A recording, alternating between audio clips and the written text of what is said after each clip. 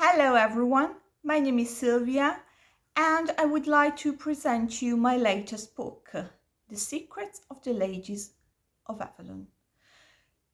This is the first book of a new book series published by Tomoloeggende, and this book series has got a particular name, which is Tomoloeggende, a play on words, so it basically plays on two words, Tomo from Tomolo Edizioni, so the publisher's name, and leggende, which is the Italian word for legends.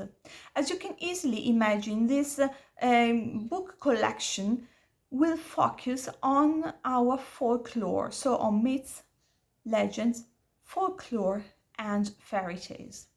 Why did we choose to create a book series about mythology, fairy tales, folklore, and legends? Simply because we think that we can find our roots in these tales.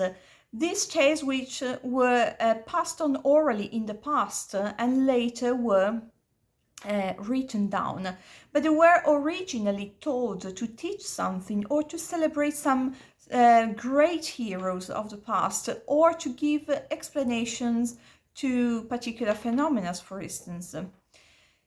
The first book of the series is set in Avalon, which is a very, very famous magical land where the Arthurian cycle is set. And the Arthurian cycle is one of the most famous and most popular legends in the world. One of the first time that that King Arthur is mentioned is in Geoffrey of Monmouth's Historie Regum Britanniae.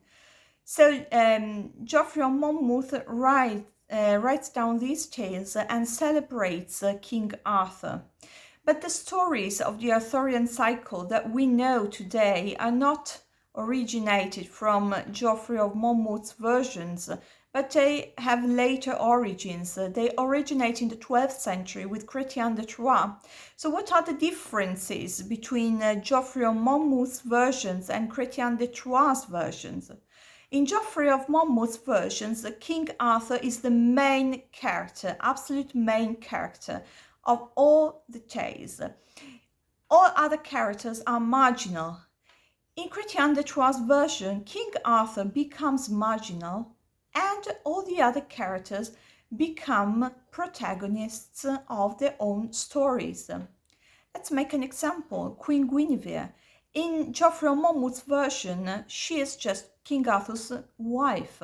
So she's a character of the tale, of course, but her role is marginal. The main character is still King Arthur and everything is focused on King Arthur. In Chrétien de Troyes, King Arthur becomes marginal and Queen Guinevere has a story on her own. So she is abducted and saved by Lancelot, and Chrétien de Troyes introduces this new element, so this adulterous relationship between the two characters, which is the story that we all know. So in the Middle Ages, these tales, above all thanks to Chrétien de Troyes, were very, very popular. In the Renaissance, people lost interest in these tales and they were forgotten. Let's say they were forgotten. In the 19th century, there was a revival, and especially during the Romantic period, lots of scholars and writers they got their inspiration from these tales and they brought these tales back to life. So some simply got their inspirations from them. Some others, like Lord Tennyson, invented new tales linked, inspired by the Arthurian cycle, but actually not originally in the Arthurian cycle. Like, for instance, The Lady of Shalott, written by Tennyson. So The Lady of Shalott gets inspiration from the Arthurian cycle, because she is inspired by the Hélène of Astolat, but actually Tennyson writes a new story, the story of this witch who is imprisoned in a tower, and a spell is cast on her, and and she must live in the tower, because if she leaves the tower, or if she looks outside the window in the direction of Camelot, she dies. And what does she do all the day? She weaves, and she weaves the scenes that she sees through her magical mirror, until one day she sees Lancelot and falls in love with him. And so she wants to go and meet this man, but she knows that if she leaves the tower, she will die. But her love is so strong that she decides to leave the tower and go to Camelot. And when she reaches Camelot, she's already dying, but at least she gets a glimpse of her beloved Lancelot. So these are some of the tales belonging to the Arthurian cycle, so some of the original tales and some of the new tales invented in the 19th century. My book is a collection of all these tales, a collection of both old tales and more recent tales. But my book is focused on female characters only. So all the female characters of the Arthurian cycle. We've got Guinevere, we've got the Lady of Shalott, of course. We've got Vivian, who seduces Merlin and casts a spell upon him and imprisons him in an oak tree. We've got Melusine, who is half a woman and half a snake. We've got some more characters. We've got, for instance, Dame Ragnell, who is a very ugly woman who then later turns into a beauty.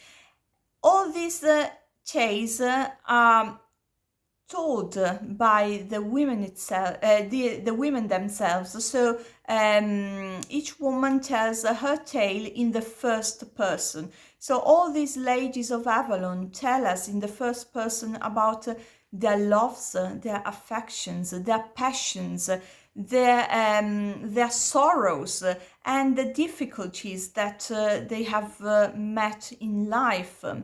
So there are tales retold in the form of poems. I've used the rhyme to tell the tales, to give all these tales a sort of ancient magical atmosphere.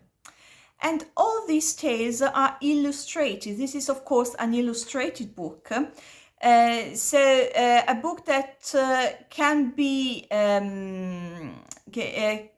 a book that can be for children, but can also be for adults who love illustrated books.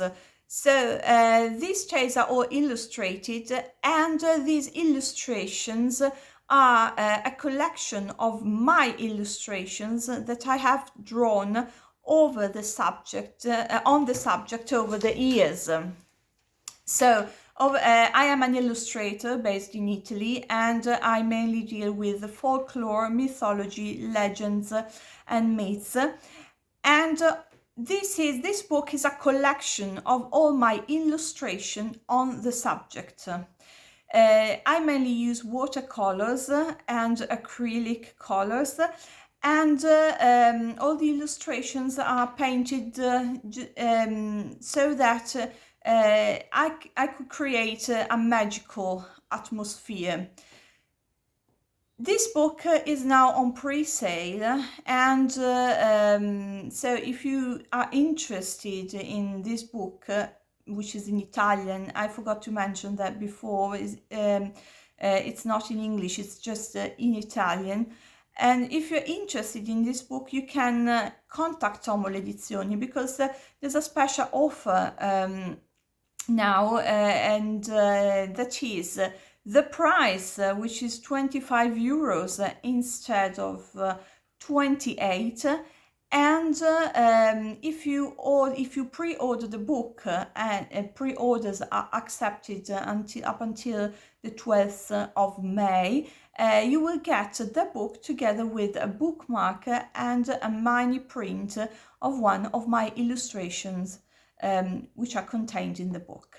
So if you're interested, all you have to do is to contact Tomoloeggende.